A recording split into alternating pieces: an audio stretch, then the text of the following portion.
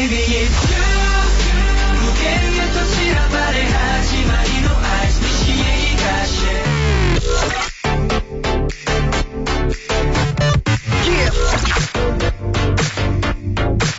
세계 널 무너뜨리고 소리치면 돼 내게 no more drama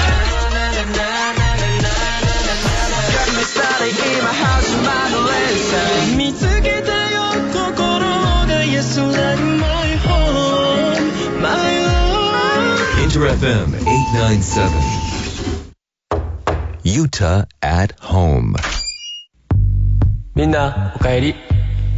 インターヘム897 NCT127 ユータのユータアットホーム。毎週金曜日の夜11時、僕 NCT127 のユータが DJ を担当しています。みんなどうですか？みんなおかえりに変えてみました。関西弁挨拶からということで、たまにはね、標準語と関西弁を混ぜながら行こうと思います。これからね。最近の僕ですけど、セルカの取り方がわかりません。ピエン。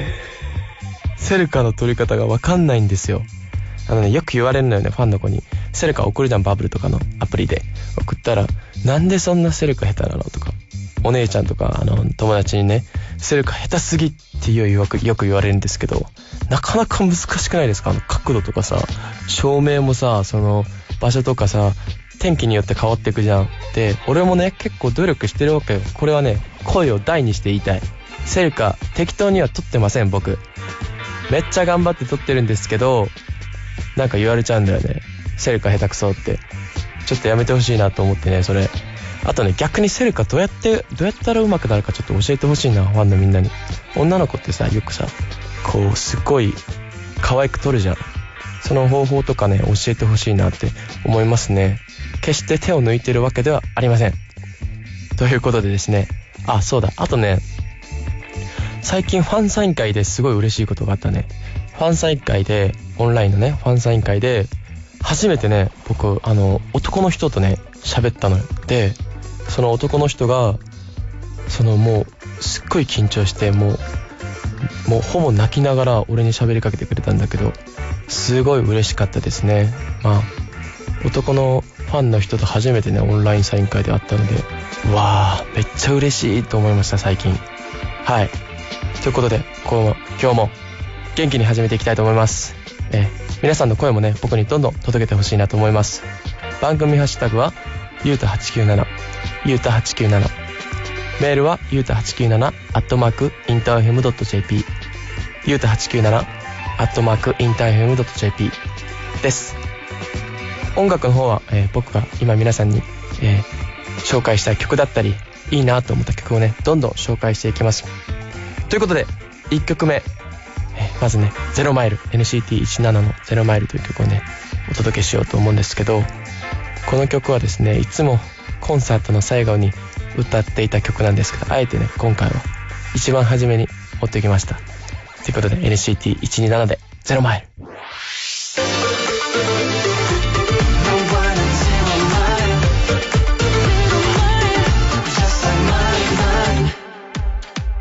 インターヘム897からお送りしている NCT127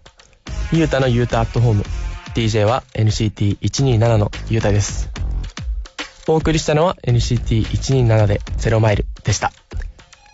今週は NCT127 ディスコグラフィーからスタートしようと思います。インターヘム897、この番組はね、もうスタートしてから2ヶ月が経とうとしています。この番組で初めて僕のトークを聞いたよという方も、たくさんいらっしゃるんではないでしょうか。声がいいっていうね、声もあれば、なんだこのロボットはと思った人もいると思います。はい、すいませんね。はい、一番初めとかね、いろいろね、意見があると思うんですけど、あとですね、この曲聞いたことあるけど NCT127 のことあんまり知らないとか、名前知ってるんだけどライブ行ったことないなーっていう方もね、めっちゃたくさんいると思うんで、そんな方々に向けて、今週は僕が NCT127 の作品たちをね、わかりやすくおすすめしようかなと思います。すでに知ってるよーという方もね、改めて、知るエピソードが中にはあるかもしれませんので、まずは年代を追って作品を一枚一枚、みんなに紹介していこうかなと思います。じゃあまず2016年のデビューミニアルバム NCT Il E Chill ですね。Il E Chill 127ですね。これはですね、僕らの記念すべきデビューミニアルバムですね。NCT127 の127っていうのは、韓国のソウルの経度を表してるんですけど、そのねデビューアルバムのジャケットの写真をねよく見てくれたらわかると思うんだけど、カモフラージュではなくてですね、よく見るとソウルの形になってます、アルバムのジャケットが。はい。でね、この当時ね、今思い出したらもう5年4年半ぐらい経つのかな。この頃はですね、もう何にもわかんない状態で、ただ単にもう韓国で、ね、すごい有名なカルグムって言うんだけども、ナイフのように合わせるダンスっていうのがあって、もうそれをするためにも朝から晩までみんなでねファイヤートラックの、振り付けをね練習したり、あとはジャケット撮影とかもね初めてだったね、すごい緊張した、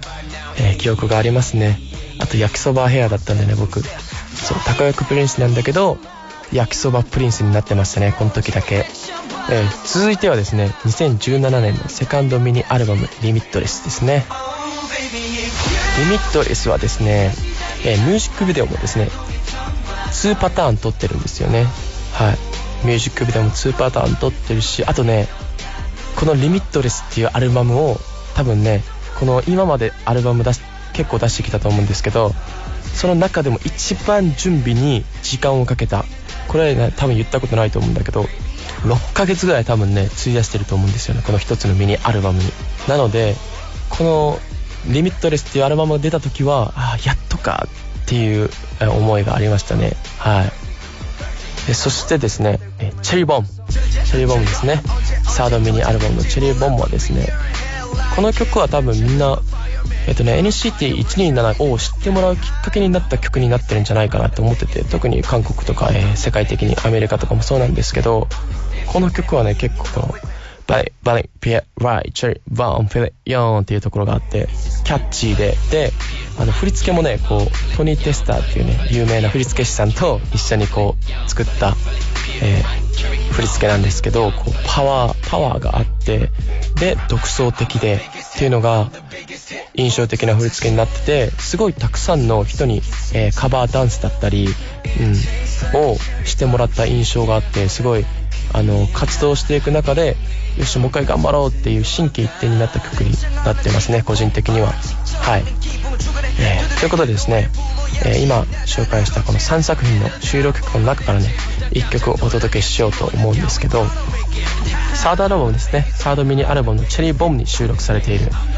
リプレッシュという曲を紹介しようと思います。それでは聴いてください。 NCT127 でリプレッシュ。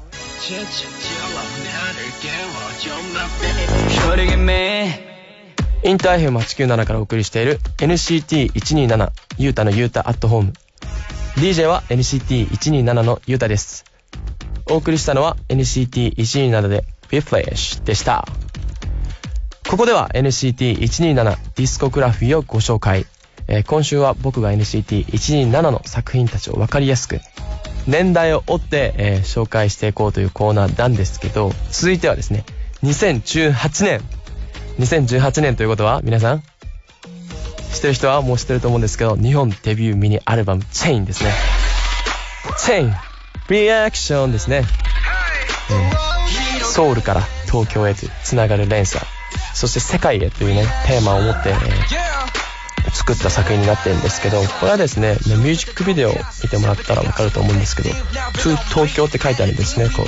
レターリングして顔だったり体だったり、ソウルから東京へ全世界に向けて NCT が行くぞ NCT127 が行くぞっていうの一本見だったりっ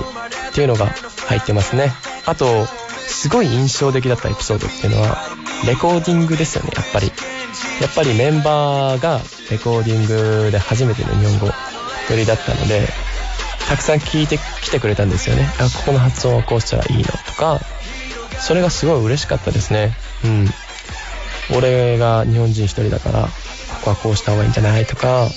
こういうのはこうした方がいいんじゃないっていうのをみんなでこう考えながら作った作品ですね。でミュージックビデオでもう一個印象的だったのが、トラックでねみんなでこうバーンってやるところが出てくるんだけど、あそこすっごい面白かったね。実はチェインの曲を大音量で流してもらって、もうなんかこうクラブではないけど、なんかこうめちゃくちゃうわーみたいな、うわーってやってなんか楽しく撮った印象がありましたね。でこれはねもう欠かせないんで NCT127 には欠かせない存在なんですけど、リノさんですね、中曽根リノさんと初めて、コレオグラフィーを一緒に作った作品ですね。このチェインから、その僕たちが、去年一昨年にやった、ファーストライブですね、コンサートまでずっと一緒にお仕事させてもらってるんですけど、リノさんとの出会いもこのチェインが初めてでしたね。はい。同じくですね2018年韓国でファーストフルアルバムですね、初めてのフルアルバムをレギュラートゥレギュラーをリリースしましたね。この曲で僕が一番印象に残っているのはやっぱり、この曲からかな、レギュラーっていう曲は韓国語バージョンもあるんだけど、英語バージョンもねあって、イングリッシュバージョンと韓国語バージョン別々にミュージックビデオも撮って出てるわけね。でここくらいからそのアメリカのイベントだったりアメリカのその番組だったりっていうのに出させてもらって、この2018年はすごい NCT127 にとってはすごい心機一転の年だったし、あとねすごいいろんな国も行かせてもらったし、すごいいろんな文化人に会って、そのなんていうんですかね、ワクワクしてましたね。この2018年はすっごい大変だったの。もう帰ってきてチェイン取って、でまたどっか行ってレギュラー準備して取ってみたいな、もうすっごいハードスケジュールだったんだけど、それでもすごいやりがいがあった年ですね、この2018年は。ということで次行きます。2019年にはですね日本ファーストフルアルバムアウェイクンをリリースしました。これもねウェイキーウェイキーは先週かな流したと思うんですけど、印象的なのはジャニーの髪型でしょ。ジャニーショックでしょあれはね。あと PV でその個人カットがあったんだけど、個人カットのセットが一人一人すごい綺麗で印象に残ってますね。あとちょっと悲しいというか、こうやって旅立っていくんだって思ったことはレコーディングですね。2018年の時は結構俺がねこうした方がいいんじゃないの、ああした方がいいんじゃないのって結構教えてたんですけど、それももうなく、みんなね日本語も上手くなってきてるから、それもなく淡々と進んでいったっていう感じですね。そこはちょっと寂しかったな。ウェイキーウェイキーとかアウェイクのアルバム作っていく時に、それはちょっと感じた。でもすごい良かったです、この作品もね。ということで4枚目のミニアルバム We Are Superhuman ですね。スーパーヒューマンは俺 NCT127 の曲でも結構好きな方の分類に入ってて、この曲もそうなんですけど、Highway to Heaven もアメリカですごい披露したりしてて、Highway to Heaven とかはもう全部アメリカで撮ったりしてたし、そのなんていうんですかね、壮大な感じですよね、Highway to Heaven なんか特に。そしてですね2020年セカンドフルアルバムネオゾーンですね。これはみんなの記憶にも新しいと思うんですけど、キックイットですね。もうキックイットはもうすごい手応えを感じましたね。なんかキックイットを、準備する過程でそのデモテープみたいなのをこう聞いた時にメンバーとこれはめちゃくちゃいい、これは絶対伸びるっていうのを言い合ったのを覚えてますね。でその振り付けもすごいキャッチー、ニャッテンってやるとこの振り付けも多分みんな知ってると思うんですけど、そういう振り付けだったり三拍子揃ったなって思いましたね、これは。だからこの曲を通して127のことを知ってくれたファンの方もたくさんいると思いますし、すごいこれは NCT127 として心機一転になった曲ですね。そしてですね2021年は2月17日にジャパンセカンドミニアルバムラブホリックをリリースいたします。テーマはね愛です。愛、ネオゾーンからどんな風に繋がっていくのか、全部のアルバムコンセプトだったりっていうのは全部繋がってるんですけど、これからねそのネオゾーンからどんな風に繋がっていくのかっていうのをねぜひ楽しみに待っていてほしいなと思います。まずはすでに1月27日にファーストラブが、配信開始されていますが、皆さん聞いてくれましたでしょうか？まだだよとか、ちょっと忙しくて聞けてないよっていう方はね、ぜひここで一緒に聞きたいなと思います。2月17日発売 NCT127 ラブホリックから先行配信されている1曲 NCT127 ファーストラブです。どうぞ。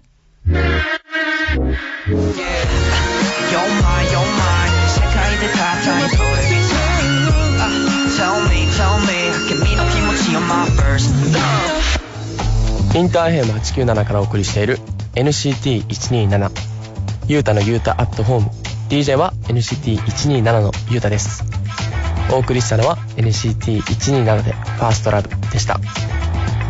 それでは次のコーナーに行きたいと思います。ゆうたのベターデイということでですね、僕ゆうたがですね、皆さんのお悩み相談に、どんどん乗っていって、それを解決していこうというコーナーですね。皆さんも相談された方へアドバイスがありましたら Twitter で参加してくださいね。ハッシュタグはゆうた897です。みんなでつながりましょう。では早速最初の、相談に行こうと思います。そうだな、ラジオネームおでんさん。ゆうたくんこんばんは。いつも楽しく拝聴させていただいています。私は高校生なのですが、最近成績がなかなか伸びず悩んでいます。そしてそんな自分が嫌でどんどんマイナスな方向に考えてしまいます。こんな時どうすれば前向きになれますか？悪循環に陥っているパターンですね。まあ確かに、でもね、俺、こういう時ってさ、何言っても全部綺麗事に聞こえちゃうと思うんだけど、俺の好きな言葉で、もしさ途中負けてさ、このルーザーって言われてもさ、その次に勝てばもうウィナーになるから。人生ってめっちゃ長いじゃん。長いけどそこの一個で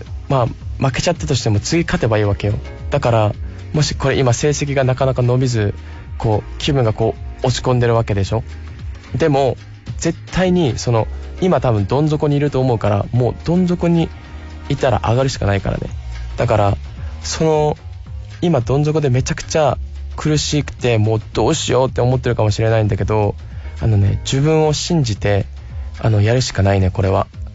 あとね、そういう時こそ自分を褒めてあげてほしい。よくあるんです。俺もね昔めちゃくちゃあった。テストがあるのよ、練習生って。歌のテストとかダンスのテストがあるわけ。1週間に1回とか、そのでっかいあれになったらもう1ヶ月に1回ちゃんとバチってやってやるやつがあるんだけど、それでね俺もなかなか結果出ない時あったね。なんでっていう、なんでこんなに頑張ってんのにっていうのはあったよ。あって、そういう時ってさ落ち込んでくじゃん。で自分を責めちゃうのよね。もう無理だとか、なんであいつはできてんのに俺は無理なんだろうとか、才能ないのかなとかいろいろ考えちゃうんだけど、まずね自分を褒めてあげてほしい。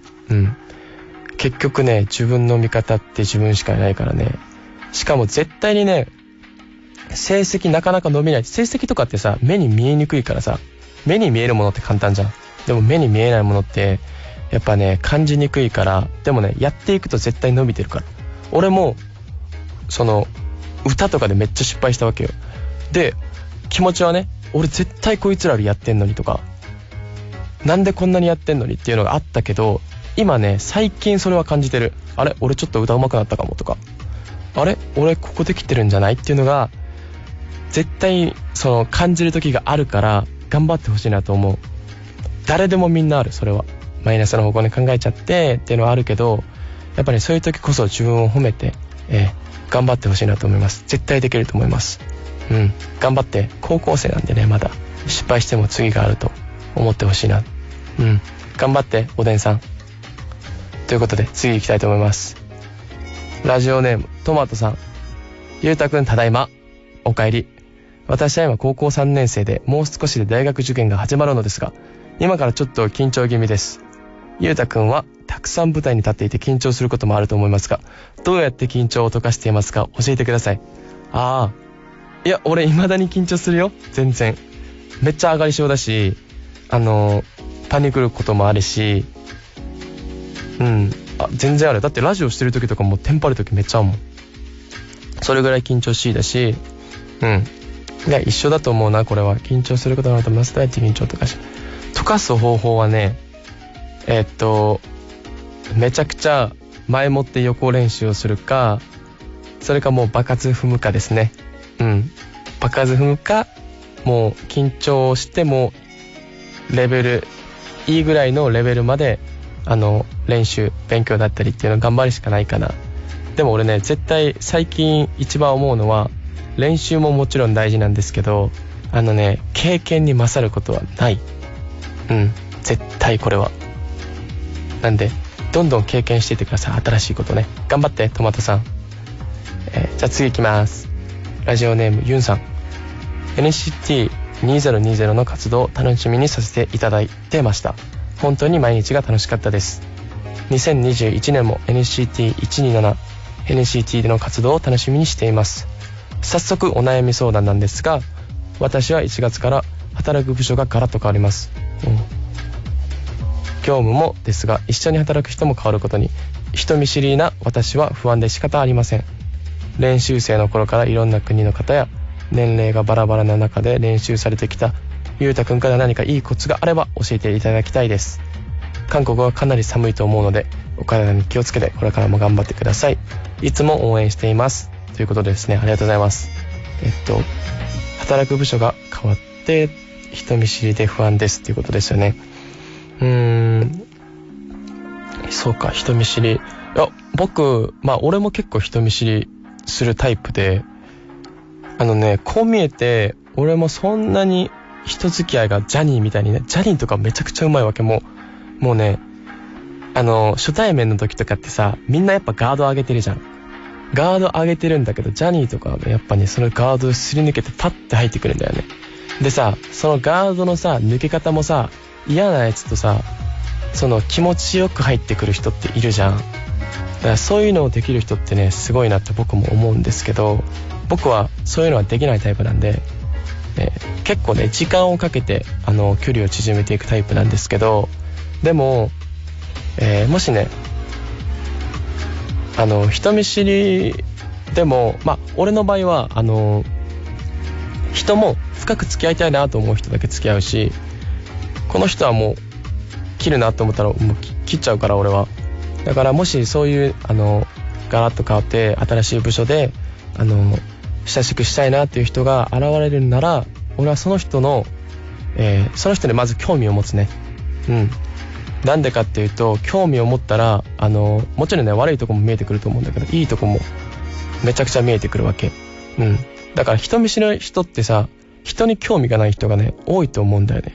だからその人と近づくには多分ね、その人を観察してみたり、その人を好きになってみたり、その人が聴いてる音楽をちょっと聴いてみたりで、共通点を一緒の共通点を作っていくっていうのが一番ね早くその深い関係になれるんじゃないかなと思ってます。なので自分からちょっと踏み込んで話してみるっていうのも大事かなって思いますね。なかなか難しいですよね、人見知り。俺もすごい人見知りだからそれはめっちゃわかる。でもお互い頑張っていきましょう。ファイティングということで次いきます。ラジオネームあちゃみ07さん。毎週とても楽しみにしながら過ごしています。声の優しさやかっこよさに癒されています。さてゆうたくんに相談があります。私は2児の母で現在高校受験を控えている息子、偶然にもゆうたくんと同じ名前、ゆうたなんだがいるのですが、心配のあまり口うるさくなってしまいます。ゆうたくんの経験から、母親からこんな関わりをしてくれると励みになるとか、こんなこと言われたら逆に負担になるというかありましたら参考までに教えてほしいです。よろしくお願いします。ゆうたくんファイティンできましたね。すごいありがたいけどあれですね、恐縮ですね。息子、俺が高校生の時だ、中学生の頃とかで、やっぱ中学高校ってあれですよね、思春期でちょうど何に言われてもちょっとうるさいなってなっちゃったりさ、なる時期だと思うんですよね、息子さんも。で俺が一番その母とか父のその行動で、この人たちのために俺も頑張らないとなって思った瞬間が結構何個かあって、それはですね、もちろん俺の母もすごい口うるさくて、結構ね厳しく育てられたんですけど、でもその代わりにね、うち共働きなんですけど、もういつもその仕事帰ってきたら荒れたてでね、ご飯を作って洗濯して、食器洗いをして、俺たちが風呂をね入り終わるまで待って、残り湯でシャワー浴びて、そこから洗濯してって、で深夜何時に寝てっていう母を見てきたから、なんかね、そういう後ろ姿っていうんですか、なんか口うるさいことも結構あったんですけど、でもなんか行動で示してくれましたね、母と父も。だからそういう、例えば何気なくこう後ろから見てる母のその料理作ってる姿とか、父もめちゃくちゃ頑固なタイプでよく喧嘩とかしてたんですけど、一番印象に残ってるのはね、うちの父はすごい仕事を頑張る人で、その体が動かない日とかでも無理してでも仕事をするタイプの人間だった人なんですよ。でその父が俺が韓国に行く前にちょっと深く喋ることがあって、喋った時に、お前たちがいないとこういうことはできないっていうのを聞いて、すっごいジーンときたんですよね。お前たちがいないと俺はこんなに頑張れてないっていう言葉を聞いたんですよ。だから何が言いたいかっていうと、もちろんこうバーバーバーって言っちゃう時もあると思うんですけど、それ以上に子供って言葉だけじゃなくて、その両親の行動だったり何をしてるかっていうのを常日頃観察してると思うんですよね。だから言っちゃうのは簡単なんですけど、その子供がこれをこうすることによってこういう気持ちを持ってくれるだろうなとか、こうしたらもっと頑張れるんだろうなっていうのを考えて行動するのもいいんじゃないかなと思います。俺の母と父はそれを考えて行動する人ではないと思うんですけど、でもやっぱりそういう姿とか背中を見てきたから、頑張ろうって思えたし、なので多分ね大丈夫だと思いますよ。息子さんもユータでしょ、同じユータはね優しい子しかいないんで、多分見てると思いますよ。あちゃみ07さんが息子さんのことを考えてるってことなのでね、心配しないでいいと思います。はい、ちょっと深いっていうか、俺もちょっと感情的になっちゃった。 OK、 じゃあ曲紹介に行こうと思います。結構ね深い話だったり重い話になっちゃったんで、ちょっとねここで元気になる曲を皆さんにお届けしたいと思います。 NCT127 でハートブレイカー。NCT127 ゆうたのゆうたアットホーム。 DJ は NCT127 のゆうたです。お送りしたのは NCT127 でハートブレイカーでした。続いてはこちらも先々週に告知した皆さんのお気に入りの歌詞のフレーズを紹介するコーナーです。僕はですね曲の歌詞の部分を聞くのがね結構好きで、その歌詞に励まされたり共感したりしている一人なんですけど、そんな歌詞のねフレーズがあればぜひ教えてくださいということで、先々週皆さんにね募集しました。結構ねみんなが、僕にね紹介してくれてたので、ちょっとね紹介していこうかなと思います。どうしようかな。これですね、ひよこさん、大森聖子さんのガールズガールですね。誰かに選ばれたいわけじゃない、私が私を選びたいという歌詞ですね。他人の目を気にしてしまって辛い時、自分は何のために頑張っているのか再確認できて生きる励みになりますって書いてありますね。この曲は僕ね知らなかったんですけど、今日聴いてみようかなと思います。誰かに選ばれたいわけじゃない、私が私を選びたい。いいですね歌詞。やっぱこういう分かりやすいけど心にこうグッてくる歌詞がいいですよね。清水翔太さんの本もありますね。ゆうさんが紹介してくれてます。今更帰れないよあの場所は、どんな素敵な思いでも心にしまっておくべきなのさ、今でも思い出すよ、それでもいいんだ、心配ないよ、まだ歌えるよ、いつか帰るよ、僕だけのホーム。上京して久しぶりに聴いて泣きながら帰った日々を思い出します。いいなあ、やっぱりあれですよね、歌詞もそうなんですけど、この一人一人にこういう思い出の曲だったり歌詞があるってめちゃくちゃ素敵だなって思います。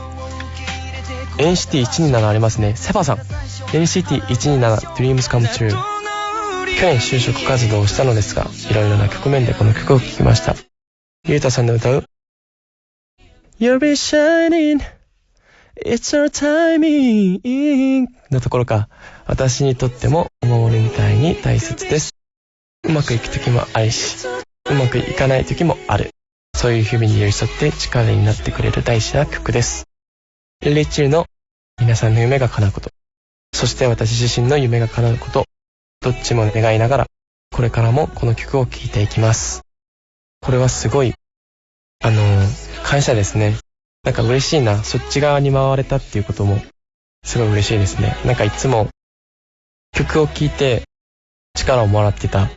一人なので、なんか逆にこうやってみんなにこう力を与えることができてすごい嬉しいです。ゆうのりんごさん、One O'Clock We Areですね。出ますよ、この曲は。鏡に映った僕が問いかける、自分をごまかし生きる意味があるのかの部分ですね。この歌は歌詞もいいんですが、ライブ映像を見ると一緒に歌うファンの人たちの思いが伝わってきて、すごくエネルギーをもらいます。内容は若さゆえの葛藤や不満や怒り、希望を持って歌ってるんですが、この間久しぶりに聴いて、今の世の中のどこにも吐き出せないエネルギーや希望に対する不安とかを感じて余計にグッときました。そしてゆうたくんたちは早くファンのみんなと一緒にエネルギーを爆発させるライブをしてほしいなと思います。長々と語ってしまいましたが、まずは健康第一に元気に過ごしてくださいと来ました。僕ね、ワンオクロックさんめちゃくちゃ好きです。僕も We Are ももちろん好きですし、そうみんなと一緒にね、若い人たちだけ集まってこうみんなで歌う We Are のライブ映像も好きですし、この曲も鏡に映った僕が問いかける自分をごまかし生きる意味があるのかって、すごい若いからゆえのこの葛藤じゃないですか。こうなんかしたい、でも何していいか分かんない、このままでいいのかっていうね、すごい分かります。これもありがとうございます。ラストにしようかな。ムマリチーズケーキさん、サカナクション Yes No、 すぐ答えを出す癖がついてた。もっと悩める夜に帰りたくても帰れないか。うわ、これ今日一かも。すぐ答えを出す癖がついてた。もっと悩める夜に帰りたくても帰れないからという歌詞に初めて聞いた時にすごくハッとさせられました。調べたらすぐ答えが出るかもしれないけど、自分で悩むことも大切だなと思いました。わあ、これは僕知らなかったんですけど、この曲 Yes No、 この歌詞いいですね。今日このラジオ終わったらすぐ聴きます。わあ、ありがとうございます。新しい発見だ。その他にもですね、すごいたくさんの曲を、送ってきてくれたんですけど、今週はですね、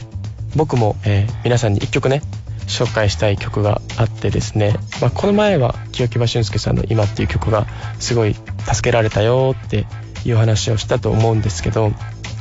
もう一個あって、ウィンズさんの東京っていうね曲があるんですよ。でこの曲の歌詞もね、これね、だから俺が韓国に来て練習生時代ですね、さっきのほらお悩み相談した時にも喋ったと思うんですけど、すごいうまくいかない時期があって、も次失敗したら多分もう俺日本帰らないといけないんだろうなみたいな時もあって、そのねもうめちゃくちゃ大変だったその練習生期間のにめっちゃ聴いてた曲ですね、東京っていう曲。この曲もうね、東京っていう曲なんですけど、そこをねソウルに変えて俺思ってましたから、みんなも興味がある方とか、なんか異国の地とかね、今自分の夢を持って頑張ってる、上京してね東京とかに上京して頑張ってるっていう人に聴いてほしい曲ですね。ということで、ウィンズの東京をみんなに聴いてほしいなと思います。インターヘム897からお送りしている NCT127 ゆうたのゆうたアットホーム。今週のラストナンバーは NCT127 でスーパーヒューマン。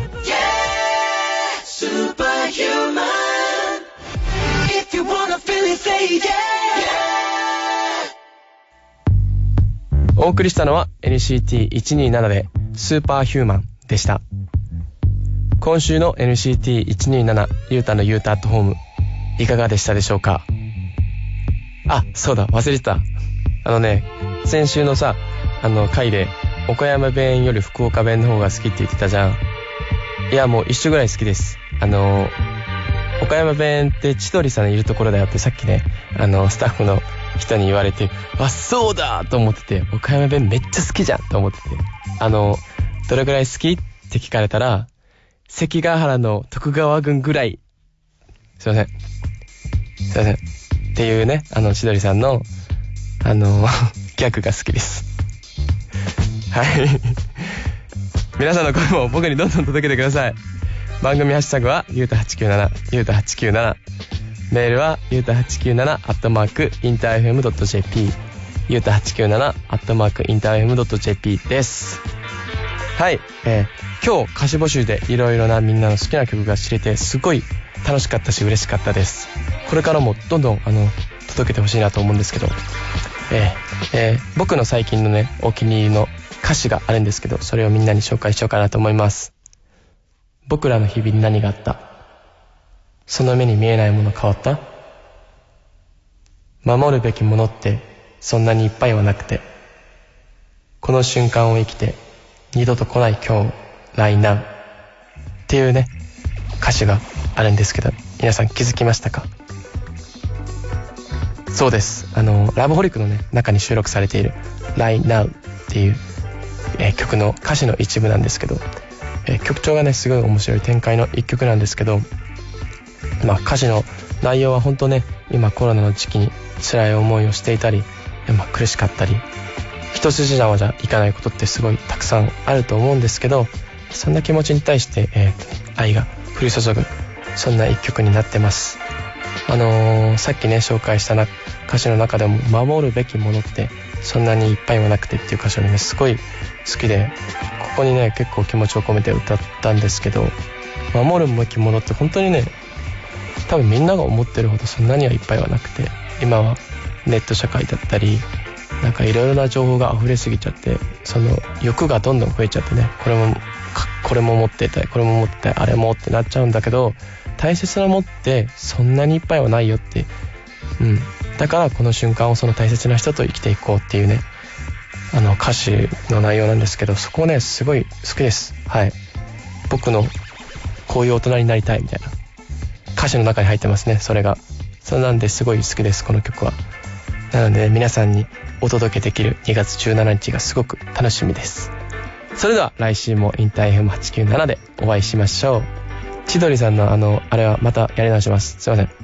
金曜日夜11時になったら僕の部屋へまた遊びに来てくださいということで、 DJ は NCT127 のゆうたでした。